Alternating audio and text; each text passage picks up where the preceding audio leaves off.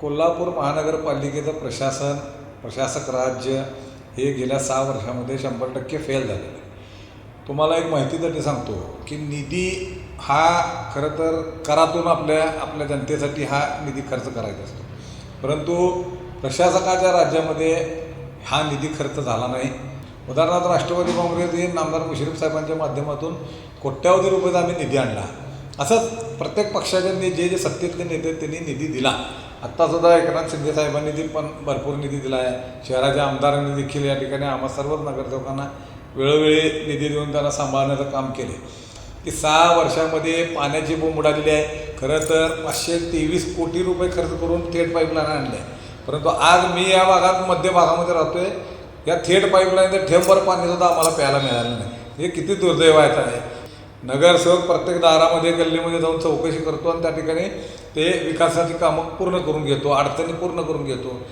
त्या पद्धतीनं या अधिकाऱ्यांनी जरासं लक्ष दिलं असतं तर त्यांना पाहिजे तसं करता आलं असं. मी सारखं सांगतोय, वाट कशाची बघायला? एखाद्या आयुक्ताच्या पोराबाळाला चावायची कुत्रं मग वाट बघा, मग हे जागे होणार. तर अधिकाऱ्यांनी सरळपणानं नाही काम केलं तर त्यांना आम्हाला सामोरं जावं लागणार आहे. त्यांना कामं लोकांच्या दारापर्यंत करून द्यावं लागतील. जर का काम चुकारपणा करत तर त्याला खुर्चीवर बसवू देणार नाही. आपल्या पक्षाचं नेत्यांचं राजकारण थोडे दिवस बाजूला ठेवूया आणि आपल्या शहराच्या प्रती प्रामाणिकपणानं एकामेकाच्या हातामध्ये हात घालून सगळीच एकत्रित काम करू. गेली अनेक वर्ष कोल्हापूरकरांनी प्रशासक राज पाहिलं. आता नूतन सभागृहामध्ये जे निवडून आलेले सदस्य आहेत ते अगदी तावातावानं आणि आत्मीयतेनं कोल्हापूर शहराचे विकासाचे प्रश्न मांडत आहेत. परंतु हे प्रश्न सोडवण्यासाठी जी इच्छाशक्ती लागते, निधी लागतो, तो कशा पद्धतीनं उभा केला जाईल. आणि सर्वात महत्त्वाची गोष्ट म्हणजे तिन्ही पक्ष एकत्रित आहेत माहितीच्या माध्यमातून आणि त्यामध्ये ही सगळी कसरत निधीच्या बाबतीमध्ये करावी लागणार आहे. कशा पद्धतीचं चित्र समोर येणार आहे याकडं साऱ्यांचंच लक्ष आहे. आणि त्याच अनुषंगानं या नूतन सभागृहामध्ये जे राष्ट्रवादीचे नगरसेवक म्हणून आपली एक मोहर उमटवली ते आदिल फरास आपल्यासोबत आहेत. आपण त्यांच्याशी गप्पा मारू. आदिलजी नमस्कार. गेले अनेक वर्ष कोल्हापूरकरांनी प्रशासक राज पाहिलं. आता नूतन सभागृहामध्ये आपण आहात. कसं बघताय प्रशासकांचा कार्यकाळ एकंदरीत? मुळामध्ये 14 नोव्हेंबर 2020 साली ही कोल्हापूर महानगरपालिकेची मुदत संपली नगरसेवकांची आणि त्यानंतर आजपर्यंत प्रशासक राज्य चालला निकालापर्यंत. आता पहिला सभागृह निवडीचं झालेला आहे. आता परत एक सभागृह 20 तारखेला होणार आहे. तर मुळामध्ये कोल्हापूर महानगरपालिकेचं प्रशासक राज्य हे गेल्या 6 वर्षामध्ये 100% फेल झालेलं आहे.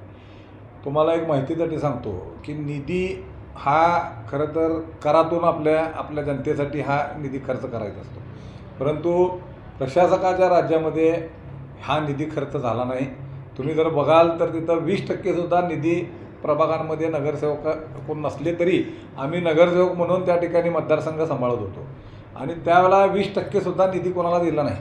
तर आम्ही राज्य शासनाच्या माध्यमातून उदाहरणार्थ राष्ट्रवादी काँग्रेस हे नामदार मुश्रीफ साहेबांच्या माध्यमातून कोट्यावधी रुपये आम्ही निधी आणला. असंच प्रत्येक पक्षाच्या जे सत्तेतले नेते त्यांनी निधी दिला. आत्तासुद्धा एकनाथ शिंदे साहेबांनी पण भरपूर निधी दिला आहे.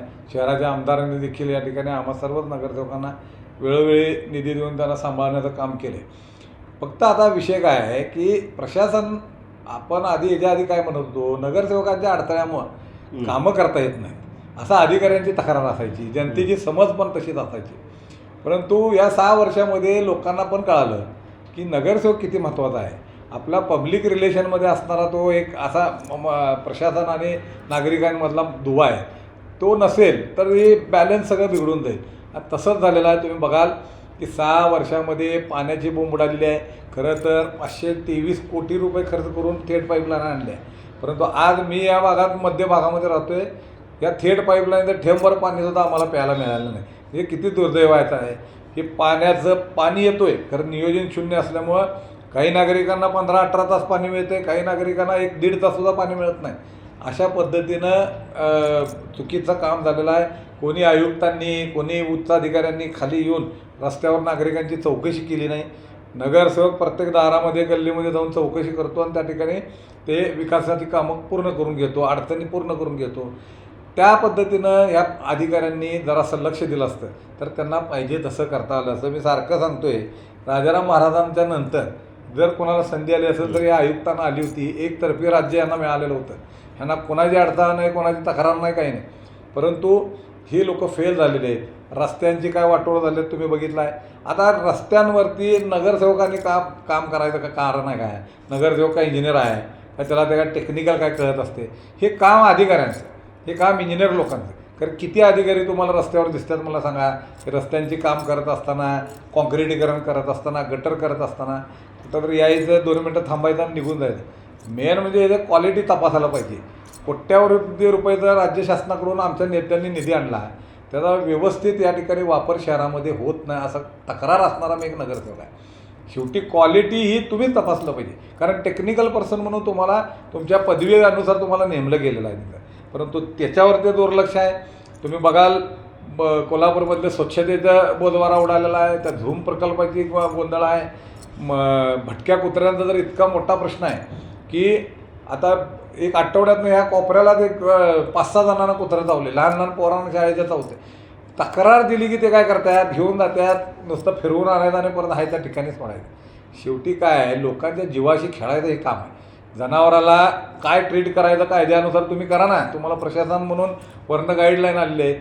परंतु ते न करता त्यांच्यासाठी कुठंतरी कुत्र्यांसाठी जसं आपल्या इथं गायींसाठी वगैरे पांढरपोळा आहे त्या पद्धतीने कुठं तर करा. इतक्या मोठमोठ्या जागा आमच्या मोकळ्या पडल्यात, परंतु अजिबात लक्ष देत नाही. सोयीस्कर दुर्लक्ष आहे.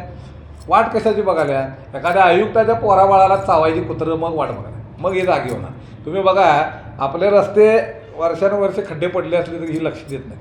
परंतु एखादे VIP कोणी यायला लागले तर बाकी 1 दिवसात तिथं रस्ता केला जातो. हे दुर्दैव आहे.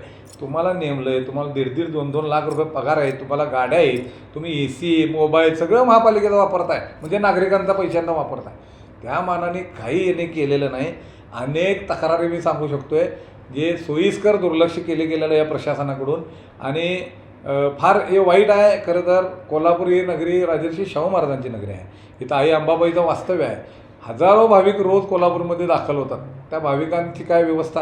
आता मी ह्या बिंदूचं पार्किंग कायापालट केला, मी शासनाकडून निधी आणला, कॉन्क्रिटीकरण केलं, ते रस्ता कॉन्क्रिटीकरण केलं, तिथं हायमास्ट लाईटी लावली, पाण्याची व्यवस्था केली. प्रशासन म्हणून महानगरपालिकेच्या इस्टिमेट करण्याच्या व्यतिरिक्त काही केलेलं नाही. आदिलजी, एखाद्या गोष्टीवरती की नाही आरोप करणं सहज शक्य होतं, एखाद्या चुकीवरती मर्मावरती बोट ठेवणं खूप शक्य होतं. आता जनतेनं जबाबदारी दिलेली आहे तुम्हाला की हे नाही झालं, तुम्हीच सांगितलेले या गोष्टी नाही झाल्या. आता तुम्ही नूतन नगरसेवक आहात, तुम्ही या प्रभागाचं आता नेतृत्व करणार आहात. कोल्हापूर शहराचं लक्ष तुमच्या आता या महायुतीकडे लागलेलं आहे. मग अजेंड्यावरती काय ठरलं का की हे नाही झालं, इथून आपण सुरुवात करायची? निश्चितपणानं आता सगळ्यात मोठी तक्रार काय आहे की कोल्हापूरचे रस्ते, दिवंगत नेते आमचे अजितदादा पवार यांना आम्ही ह्या विषयावरती बोललो होतो. तर दादांनी एक फॉर्म्युला सांगितला होता की तुम्ही सगळे रस्ते कॉन्क्रिटीकरण करा. कारण कोल्हापूर शहराला किंवा जिल्ह्याला हे पावसाचा पाण्याचा फार मोठा तडाखा आहे आणि या पावसाच्या रेट्यामुळं ते असणारे डांबरी रस्ते टिकत नाही. त्यामुळे कॉन्क्रीट रस्ते करा, म्हणजे 5-10 वर्षे तुम्हाला बघायचं काम नाही. त्याला लागणारं जे काही अनुदान पॅकेज असेल 200-400 कोटी रुपये देतो अशा पद्धतीनं दादांची तयारी होती. तर एक दर्जेदार काम करा, चांगले त्याच्यावरती कन्सल्टंट नेमा आणि चांगल्या पद्धतीनं कोल्हापूर शहराचे रस्ते करा. हे आम्हाला आज या अजेंड्यावर आहे. दादा आले प्रत्येक वेळेला. तर सगळ्यात महत्त्वाचा प्रश्न काय कोल्हापूरचा की आपली 1 इंचसुद्धा हद्दवाढ झालेली. 1972 साली नगरपालिकाची महानगरपालिका जाहीर झाली. नाही, हे सगळे प्रश्न माहीत आहेत. तुमच्या काय आता भूमिका राहणार? आमची भूमिका ही आहे, बघा, लोकांना मूलभूत आणि पायाभूत सुविधा देणे, यांना बाबा दर कुठं न भटकता त्यांच्या दारापर्यंत विकासाची गंगा आणून देणे हे नगरसेवकाचं कर्तव्य आहे. त्या भावनेनं, त्या भरोशानं त्या नागरिकांनी आम्हाला मतदान केलेलं असते आणि त्यामुळं त्यांचा हाल होऊ नये, माझ्या मायमाऊलींना पाण्यासाठी हाल होऊ नये, त्यांना रस्ते चांगल्या पद्धतीनं मिळावे, स्वच्छता त्यांच्या दारामध्ये चांगल्या पद्धतीनं, औषध फवारण्या व्हायला पाहिजे. शेवटी ह्या लोकांच्या अपेक्षा काय असतात? नागरिकांच्या फारशा अपेक्षा नाही. ब्ल्यूप्रिंट काय आहे? म्हणजे आता कचरा जर दिसतोय तर याच्यासाठी ब्ल्यूप्रिंट काय आहे? नाही, आता तेच मी सांगतो. ह्याच्या संदर्भामध्ये महापौरांच्या नेतृत्वाखाली आम्ही येणाऱ्या काही काळामध्ये एक चांगल्या पद्धतीचं नियोजन शहरासाठी करणार आहे, ज्याच्यामध्ये ज्या बेसिक गरजा आहेत नागरिकांच्या त्या 100% पहिल्या प्रायोरिटीनं प्राधान्यानं आपण पूर्ण करणार आहोत. आणि नंतर आपल्याला काय नवीन डेव्हलपमेंट करायची असेल तर त्या संदर्भामध्ये देखील म्हणजे येणारा भाविक कसं कोल्हापूरमध्ये थांबेल, त्याला एंटरटेनमेंटचं काय द्यायचं, काय कशा पद्धतीनं त्याला रोखता येईल 2-4 दिवस राहायला, तर ह्याच्यासाठी सुद्धा आमचा एक वेगळा प्लॅन असणार आहे. ते माननीय महापौर आणि उपमहापौर यांच्या नेतृत्वाखाली आम्ही ते बसून जाहीर करू. पाण्याचा प्रश्न म्हटला, मग पाणी नेमकं झिरपते कुठं नेमकं? मी ते सांगतोय, आपल्या कोल्हापूर शहराची पाण्याची मागणी 110 MLDची आहे, आता वाढली. आणि आपण जवळपास 150-200 MLD पाणी उपसा करतो. खरं प्रत्यक्षात लोकांच्या दारामध्ये 80-82 MLD पाणी पोचते. म्हणजे तुम्ही विचार करा की 110 MLD आपण मागणी आहे, खरं 82 MLD पोचते. खरं उपसा आपण करतोय 150-200 MLD. हे पाण्याची चोरी किती होती, पाण्याची गळती किती होती, ह्याच्यावरती याला एकच इलाज आहे की याला आता सगळीकडं ज्या प्रगत महानगरपालिका आहेत त्या ठिकाणी ऑटोमेशन केलं गेलेलं आहे. ते फ्लो मीटर्स बसवलेले आहेत त्याला. जिथं जिथं पाणी ज्या पद्धतीनं जातो त्याचा हिशोब लागतो आम्हाला. मग कुठं गळती आहे, कुठं चोऱ्या होत्या, त्याचाही हिशोब आम्हाला लागू शकतो. त्याच्यावरती महासभेनं यावेळेला मी त्या विषयावर मांडणार आहे. आणि त्यानंतर आयुक्तांनी, प्रशासनाने त्याचा पाठपुरावा करून त्याला त्या अस्तित्वात आणलं पाहिजे ऑटोमेशन. आपली महानगरपालिका ड वर्गाची आहे, त्याच्यामुळे येणारा निधी हा मर्यादित स्वरूपात आहे. शहरामध्ये लोकसंख्या वाढते, विविध प्रश्न आवासून उभे आहेत आणि येणारा जो निधी आहे तो मर्यादित स्वरूपात येतोय. महापालिकेकडे उत्पन्नाचा स्रोत काय नाही. मग अशा परिस्थितीमध्ये हा डोलार सांभाळणार कसा नेमका? मी ते सांगतो, कोल्हापूर महापालिकेचा अडचण काय झाली म्हणजे ड वर्ग जेवढे आहे, आमचं स्वतःचं ज्यावेळेला ही स्वायत्त बोर्ड आहे. महानगरपालिका काय राज्य शासनाच्या गाईडलाईन खाली चालते. खरं स्वायत्त बोर्ड आहे, आम्हाला आमचे निर्णय घ्यायचा अधिकार आहे, महासभेला धोरण ठरवायचा अधिकार आहे. खरं तुम्हाला मी सांगतो, गेल्या जर ह्याच्यामध्ये बघितला की उत्पन्न जकात बंद झाल्यानंतर LBT लागू केलं. LBTमध्ये व्यापाऱ्यांनी भरलं नाही, त्याला मोठी तूट आली. आणि ते काय बॅकलॉग होतं 3-4 वर्षाचं त्या LBTचं गोंधळ. ते राज्य शासन आम्हाला महिन्याला 6 कोटी रुपये देत होतं, त्यात ते भरत नव्हतं. 2010 साली आमचं जकाताचं उत्पन्न 100 कोटी होती. आणि 2011ला हे 11-12ला LBT लागू झालं, त्यावेळेला ही आम्हाला 90 किंवा 100 कोटीच द्यायची. म्हणजे आमचं उत्पन्नाचे स्रोत थांबले. आज देखील उत्पन्न आपला TPवर, आता वॉटर सप्लायचं तुम्ही म्हटलं तर ही एकमेव वॉटर सप्लाय असेल की जी नुकसानीत आपण चालवतो. कारण आपण इरिगेशनकडनं पाणी विकत घेतो, नागरिकांना देतो. ह्या भानगडीमध्ये आपण अनुदान महानगरपालिकेचं त्याच्यामध्ये घालतो. KMTला आपण महानगरपालिकेकडनं अनुदान देतो. म्हणजे ह्या सगळ्या गोष्टी बघितल्या तर स्वायत्त बॉडी असून देखील उत्पन्नाचे स्रोत बंद आहेत. मला हेच सांगायचं आहे की जर आयुक्त जर कोण आले, त्यांनी जर काय बाबा शहरासाठी करायचं काय ठरवलं, तर ही जी काय जागा इतक्या मोठ्या प्रमाणावर आरक्षित आहे, ह्याला जर डेव्हलप केलं असतं तर 100% 100-200 कोटीचं उत्पन्न नक्कीच आपलं वाढलं असतं वर्षाला. परंतु ह्याकडं का लक्ष दिलं जात नाही हे मला कळत नाही.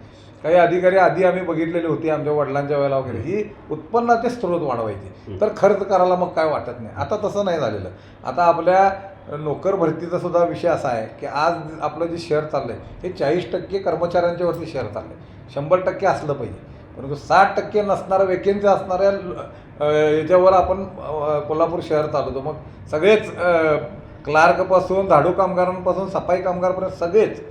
ही जोपर्यंत एक प्रॉपर याचा प्लॅन होत नाही, नागरिक समाधान होऊ शकत नाही. कारण 20 लोकांचं काम एखाद्या प्रभागामध्ये असेल तर तुम्ही त्याला 10 लोकांवर चालवायला बघितलं तर ते कुठं ना कुठं तरी कमी पडणार, कुठं ना कुठं तरी कचरा उचलायला कमी पडणार, गटर काढायला कमी पडणार. त्यामुळे माझी प्रशासक म्हणून आयुक्तांना काय विनंती की त्यांनी ह्याच्यावरती काम केलं पाहिजे. ह्या गोष्टी प्राधान्यानं बघितलं पाहिजे की आपल्याला उत्पन्न कसं वाढवता येईल, आपल्याला ही कर्मचारी जे वेकेन्सी आहेत ती कशी आपल्याला भरती करून घेता येईल, ह्याच्यावरती त्यांनी खऱ्या अर्थानं काम केलं पाहिजे. कोल्हापूरकरांचा जिव्हाळ्याचा विषय तो म्हणजे खासबाग कुस्ती मैदानात महापौर कुस्ती कधी होणार? कारण आपले वडील असताना, आई असताना सुद्धा कुस्त्या झाल्या होत्या, त्या कधी होणार? आणि दुसरं महत्त्वाची गोष्ट म्हणजे संगीत सूर्य केशवराव भोसलेचा नाट्यगृहाचा पडदा कधी उघडला जाणार? आता काय झालं आहे बघा, कुस्तीचं मीच मला आठवतं आहे की मम्मी ज्यावेळेला आमच्या महापौर होत्या 2017 साली आपण बंद झालेल्या कुस्त्या सुरू केल्या, त्यानंतर परत झालीच नाही कुस्ती. आता आम्ही पुन्हा एकदा त्या ह्याच्यामध्ये कुस्त्या ह्या महापौरांना आम्ही विनंती करून, महापौरसाहेब उपमहापौरांना विनंती करून ही कुस्तीचं तर चालू करूच, परंतु केशवराव भोसलेशी आपल्या सगळ्या कोल्हापूरकरांच्या नंतर महाराष्ट्राच्या अनेक लोकांच्या भावना जोडलेल्या गेलेल्या आहेत. आता हे काम करत असताना आपण तिथं एक टॉपची कन्सल्टन्ट नेमलं गेलेलं आहे प्रशासनाच्या वतीनं. खुद्द मोठमोठे नेते याच्यामध्ये इन्व्हॉल्व होते. अजितदादा होते, शिंदेसाहेब होते, शाहू महाराजांचं लक्ष आहे. आणि त्यामुळं त्या जे काही गोष्टी आपल्या राजर्षी शाहू महाराजांनी त्या काळामध्ये बनवलेलं होतं, त्याला काय परिश्रम लागला असेल की आज आपल्याकडे एवढ्या यंत्रसामुग्री असून सुद्धा आपण त्यापर्यंत लवकर पोहोचत नाही. म्हणजे इतकं सुंदर आणि इतकं त्याची आर्किटेक्चर इतकी सुंदर आहे की ते आताच्या लोकांना ते जमत नाही आहे, तरी ते स्लोली ते काम चालू आहे. तर होईल आता माझ्यामध्ये असा चर्चेमध्ये असं कळलं होतं की 4 महिन्यामध्ये पूर्ण होईल ते. आपण ज्या प्रभागाचं नेतृत्व करता त्या ठिकाणी आई अंबाबाईंचं वास्तव्य असणारं मंदिर आहे आणि अनेक ऐतिहासिक वास्तू आहे. आपल्या जाहीरनाम्यामध्ये आपण अनेक प्रचारसभांमध्ये सांगितलं की इथं पर्यटकांची सोय व्हायला पाहिजे, विशेषतः शौचालयाची सोय व्हायला पाहिजे. आता चेंडू तुमच्या बाजूला आहे, काय आहे टप्प्यावरती आपल्या? नाही, नक्कीच मी तुम्हाला सांगू काय, आपल्या इकडं दुर्दैव आहे. खरं तर 3.5 शक्तिपीठातलं एक पीठ आपल्याकडं आहे. आई अंबाबाईचं वास्तव्य आहे आणि देशभरातून किंवा काही भारताच्या बाहेरची सुद्धा लोक आता दर्शनाला इथं येतात. टॉयलेटची सोय नाही, आपण मंजूर केलेली होती बिंदुचौक पार्किंगमध्ये टॉयलेट. त्याला जेल कमिटीनं ऑब्जेक्शन घेतलं आणि ती कामं 2 वेळा बंद पडली. आता माझं काम 35 लाख रुपये एनकॅपमधून आपण मंजूर केलेलं आहे, तर त्याचं काम आता आपण सुरू करणार आहे. हे मागं ज्यावेळेला पाडलं गेलं अंबाबाई मंदिरच्या आतलं जे काही टॉयलेट्स होते त्यावेळेला आपलं बाहेरचं नियोजन काहीच नव्हतं.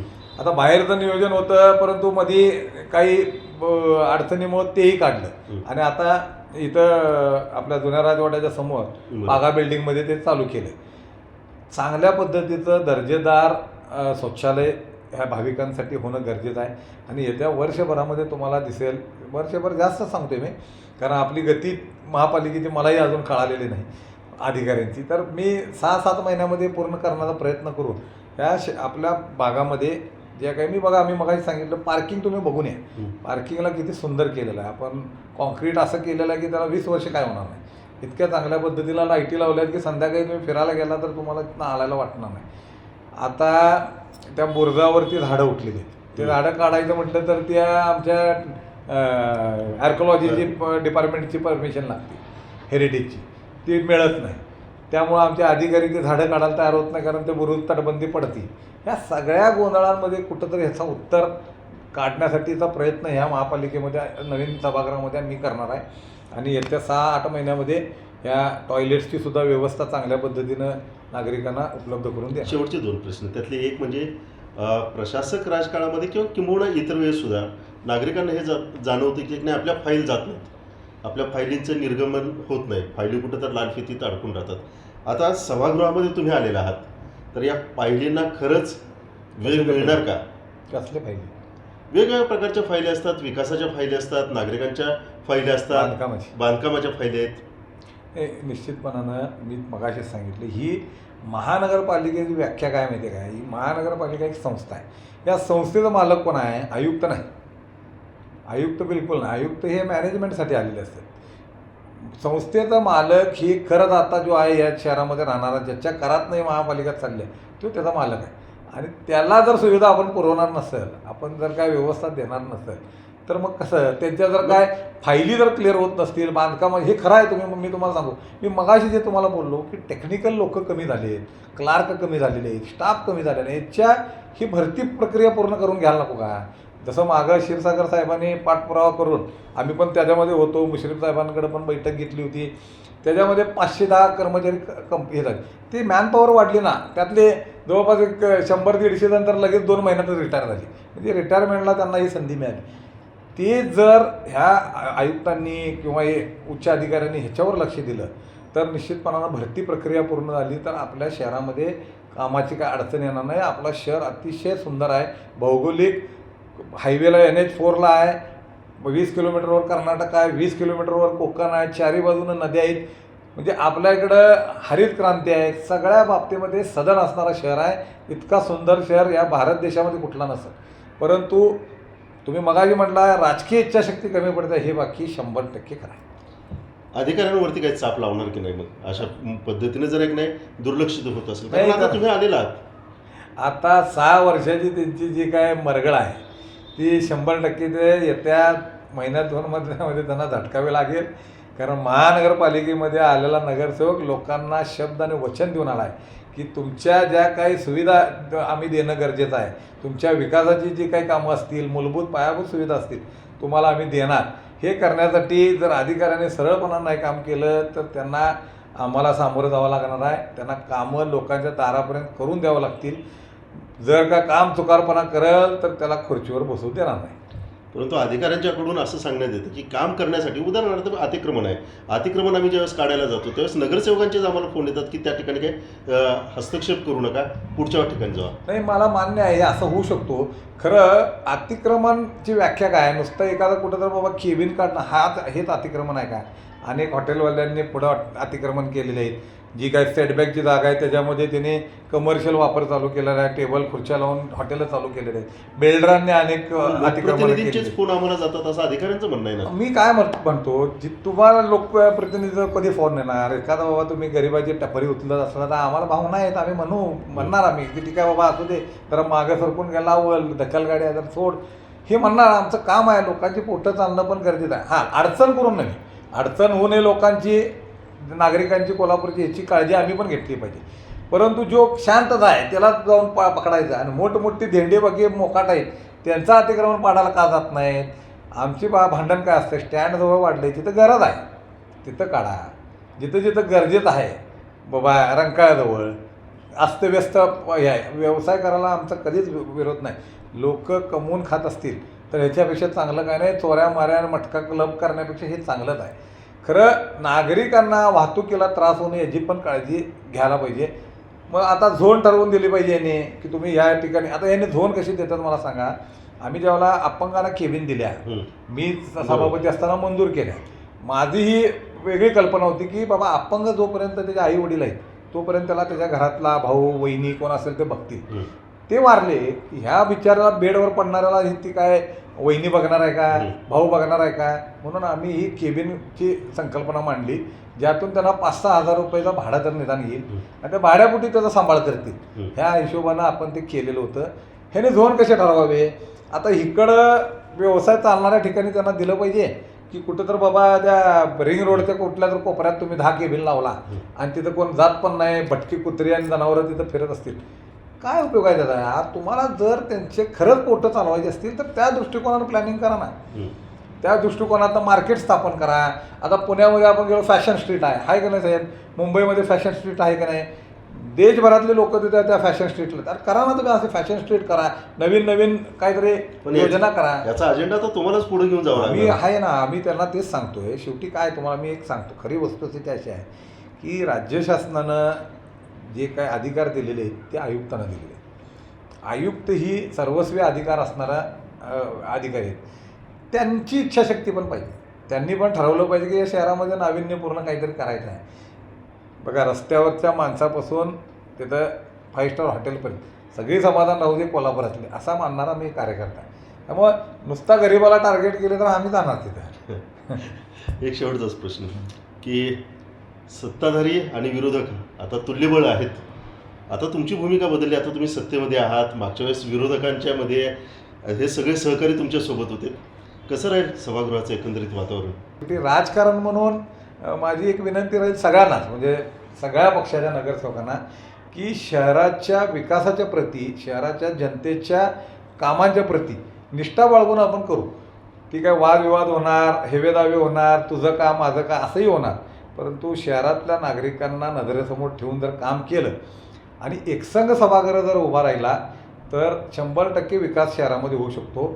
मी तुमच्याद्वारे सगळ्या नगरसेवकांना विनंती करेन, आपल्या पक्षाचं नेत्यांचं राजकारण थोडे दिवस बाजूला ठेवूया आणि आपल्या शहराच्या प्रती प्रामाणिकपणानं एकामेकाच्या हातामध्ये हात घालून सगळीच एकत्रित काम करूया. नवीन सभागृहामध्ये आदिल फरास यांच्या नावाच्या पुढं कुठली पाटील आली? महापौर, उपमहापौर, स्थायी? आता मला माहिती नाही. आमचे नेते आमदार हसन मुश्रीफ साहेब जी जबाबदारी त्यांनी ज्या ज्या वेळेला माझ्यावर दिलेली आहे मी ती प्रामाणिकपणानं या ठिकाणी सांभाळलेली आहे. आईंना महापौर केलं, त्या देखील आम्ही शहराच्या प्रती अतिशय निष्ठेनं काम केलं आहे. विकास कामं भरपूर केली आम्ही. शाहू महाराजांचे समाधीचं काम करता आलं आम्हाला.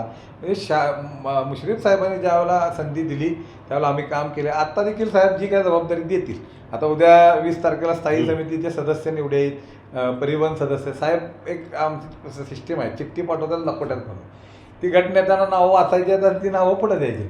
तर जे मुश्रीफ साहेब निर्णय घेतील तो अंतिम असेल आणि तेव्हा सर्वजण आम्ही खुशी खुशी त्याला मान्य करू. एकंदरीतच शहराच्या विकासावरती अगदी थेट रीतीनं बोललेले आहेत आणि 5 वर्ष प्रशासक राज पाहिलेलं आहे. आता आम्ही नवीन सदस्य म्हणून सभागृहामध्ये आलोत, परंतु कोल्हापूरच्या विकासासाठी ज्या ज्या जाहीरनाम्यामध्ये आम्ही गोष्टी जनतेसाठी दिलेल्या आहेत ते नक्कीच पूर्ण करू आणि जनता देखील म्हणेल की ज्या विश्वासानं तुम्ही आम्हाला मतं दिलीत तो विश्वास आम्ही सार्थ करून दाखवलेला.